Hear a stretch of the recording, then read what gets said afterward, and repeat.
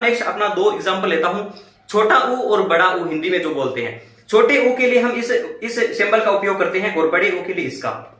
अब सेम वही बात है, छोटे ऊ के लिए यदि आपको सिर्फ यू लेटर का उपयोग करना पड़ रहा है, किसी जैसे शब्द पीयूटी पुट, ठीक है बीयूटी बट।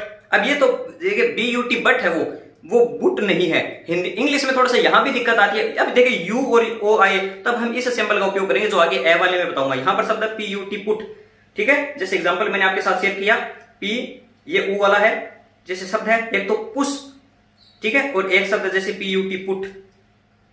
अब यहां पर आप देख सकते हैं यू के द्वारा अगर साउंड आ रहा है, यू के द्वारा यदि साउंड आ रहा है तो उस समय हम यूज करते हैं इस छोटे ऊ की मात्रा का, जिसे ये सिंबल से इस प्रकार से हम दर्शाते हैं ऐसे। लेकिन यू के अलावा अन्य के द्वारा अगर ये आए, जैसे एग्जांपल डबल ओ के द्वारा आए, या एक दूसरा आपको बाद में आपको बता दूं, डबल ओ के द्वारा जैसे शब्द फूड। अब देखिए एक बात और बता दूं, ये डबल ओ वाला हर जगह लागू नहीं होगा। कुछ इसके एग्जांपल आप देखते हो, जैसे इसको सबसे देखो प्राथमिकता हमेशा प्रोनाउंसिएशन पर देनी चाहिए। अगर आप किसी वर्ड को बोल रहे हैं उस समय आपको ज्यादा समय लग रहा है, कम समय लग रहा है, उसके आधार पर, जैसे शब्द बुक, इसको हम बोलते हैं बुक, लेकिन ये होता है फूड, इसमें ज्यादा समय लेते हैं, डबल ओ आने पर इसमें कम समय लेते हैं, इसलिए ये छोटी मात्रा ही होगी। इसीलिए कहता हूं ये ट्रिक 99% काम करेगी, लेकिन कुछ एग्जांपल आपके कॉमन सेंस पर आधारित होते हैं, जैसे शब्द बुक, ठीक है, एक शब्द फूड, एक है फुट और फूड। आप खुद बोल के देखोगे तो आपको एहसास होगा कि किसमें ज्यादा समय लग रहा है उसमें बड़ी मात्रा, जिसमें कम समय लग रहा है उसमें छोटी मात्रा। नेक्स्ट एग्जांपल की बात करता हूं, जैसे शब्द फूड। अब एक बात और बता दें, देखो एक चीज और है, अभी हमने पढ़ा कि यू जब आए तो हम छोटी मात्रा का उपयोग करते हैं। लेकिन एक बात याद रखना, यू से पहले अगर यू ये साउंड है, ये वाई के द्वारा आ रहा है, जैसे किसी भी शब्द में वाई का यूज हो रहा है और यू की आवाज दे रहा है, यू का साउंड दे रहा है, तो जैसे शब्द ड्यूटी। अब सब देखिए ये आएगा तो वहां पर स्पेशल एक सिंबल का आप यूज, देखिए ये के लिए हम जे का उपयोग करते हैं और बड़ी ऊ के लिए हम ये इस प्रकार से यूज लेते हैं, तो इसे बोलेंगे यू, ठीक है ना, ये यू है। अब समझिए जैसे एग्जांपल है शब्द ड्यूटी, तो इस प्रकार से डे, यू और टी, इस प्रकार से हम सही उसका ट्रांसक्रिप्शन करेंगे। मेरे हिसाब से आपको ये ट्रिक काफी आसानी से समझ में आ जाएगी। बस 2-3 बार किसी भी लेटर्स, किन लेटर्स का उपयोग किसी वर्ड में होने पर हम किस प्रकार के शब्दों का किस प्रकार से यूज करते हैं, एग्जांपल्स को ज्यादा से ज्यादा अप्लाई करने की कोशिश करें। नेक्स्ट चलिए आगे बढ़ते हैं। ये मेरे हिसाब से आपको समझ में आ गया होगा। चलिए नेक्स्ट बात करता हूं। नेक्स्ट है अपना ओ और औ। हिंदी में जिस शब्दों का ओ और औ का उपयोग करते हैं उसमें बात करते हैं, ठीक है ना।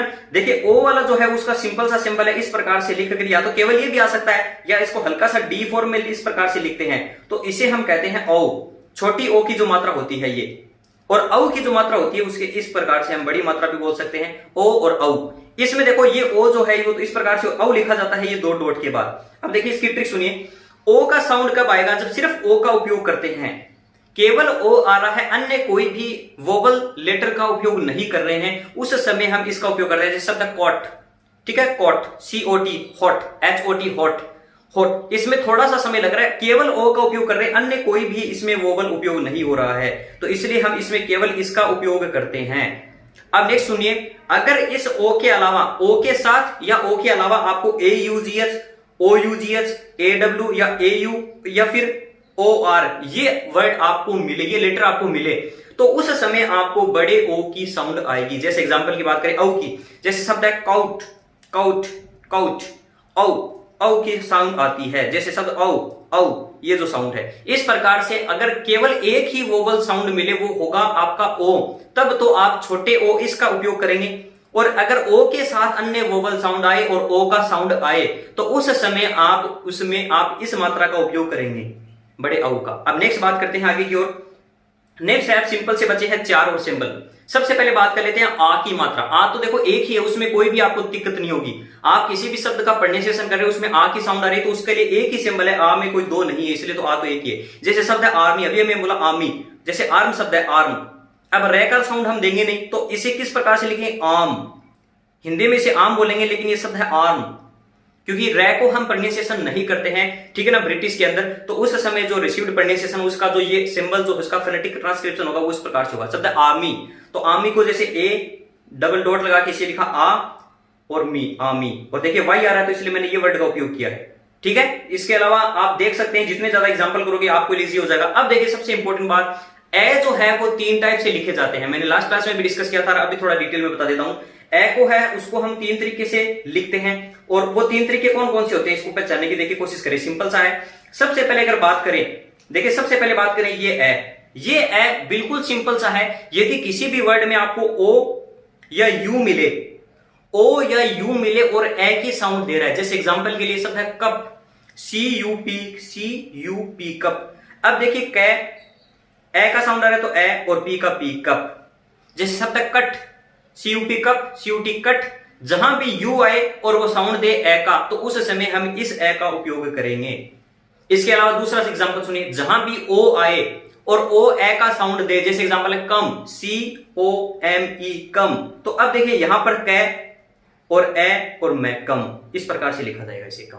तो मेरे हिसाब से आपके लिए बिल्कुल आसान ये ट्रिक रहेगी अगर आप एक बार इसको अच्छे से देख लेते हैं, और पीडीएफ के रूप में मैं आपको इजी साइंस टेलीग्राम पर इसको प्रोवाइड करवा दूंगा। उसको इस कुछ लेटर्स मैंने आपको दिए हैं जिनसे पहचान कर सकते हैं, उनको देखकर आप ज्यादा से ज्यादा प्रैक्टिस करने की कोशिश करें। चलिए आगे बात करते हैं।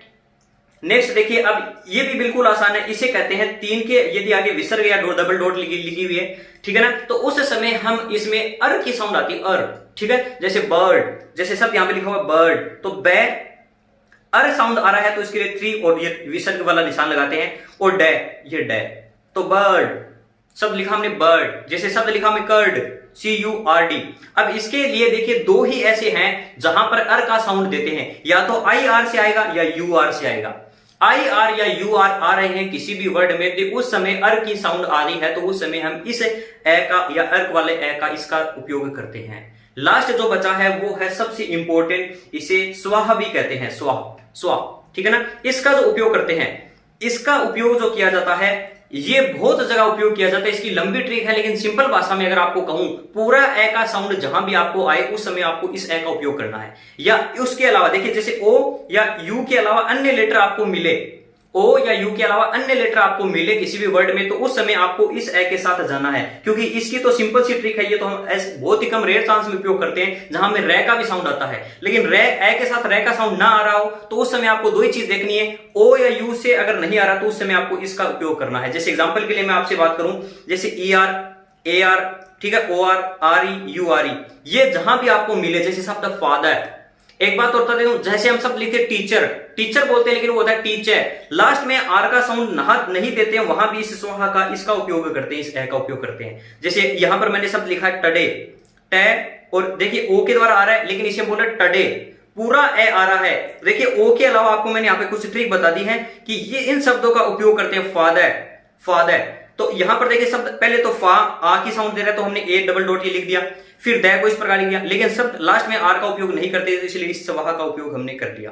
तो ये कुछ ER, AR, OR, RE, URE, ये लेटर आपको किसी भी अगर वर्ड में मिलते हैं तो वहां पर इस स्वाहा वाले इस ए का उपयोग करते हैं। तो मेरे हिसाब से आज की वीडियो जो काफी सिंपल सी छोटी सी वीडियो थी, जिसके माध्यम से हमने बात की कि किसी भी वर्ड में मोनोथॉर्म्स की पहचान कैसे करेंगे। साथियों, जो कॉन्सोनेंट साउंड होते हैं उनकी सिंपल पहचान होती है। आपको कोई भी एक वर्ड जैसे शब्द दे दिया जज, जे, ठीक है, JUDGE, जज, अब उसमें जय का नीचे अंडरलाइन करके दे दिया कि इसका फोनेटिक सिंबल क्या होगा, तो हम बिल्कुल सिंपल सा जय का मैंने आपको बताया था, इस जे या इस जय का भी पूछ लिया आपसे तब भी D3 से होगा, ठीक है, लेकिन यू से आ रहा है तो इसे हम लिखेंगे इस प्रकार, तो इसकी जो फोनेटिक ट्रांसक्रिप्शन इस प्रकार से होगी, जज, ठीक है। तो ये बिल्कुल सिंपल सा है साथियों। हम कंसोनेंट साउंड होते हैं, मैंने आपको बताए थे 24, उसमें जितने भी प्लोजिव, फ्रिकेटिव, एफ्रिकेटिव, ठीक है, इसके अलावा नेजल्स हैं, और हम बात कर रहे थे जितने भी हैं अप्रोक्सीमेट्स, उन सभी को बांटकर हमने 24 पढ़े, जो बिल्कुल सिंपल। आप एक बार उनको पहचान लोगे तो आप अंडरलाइन किए हुए वर्ड के आधार पर आप पहचान सकते हो सिंबल। तो लेकिन जब पूरी ट्रांसक्रिप्शन की बात आती है तो आपको मोनोथॉर्म्स और डिप्थॉर्म्स की अच्छे से पहचान होनी चाहिए। आज की क्लास में हमने मोनोथॉर्म्स पढ़े हैं, नेक्स्ट क्लास में हम डिप्थॉर्म्स के बारे में बात करेंगे, और आई होप आप इस वीडियो को भी काफी ज्यादा शेयर और सपोर्ट करोगे, जिसके कारण हमें मोटिवेशन मिलेगा अगली वीडियो बनाने का। जल्दी अगली वीडियो लेकर आप सभी के सामने मौजूद हूंगा। आज के लिए इतना ही, धन्यवाद, जय हिंद।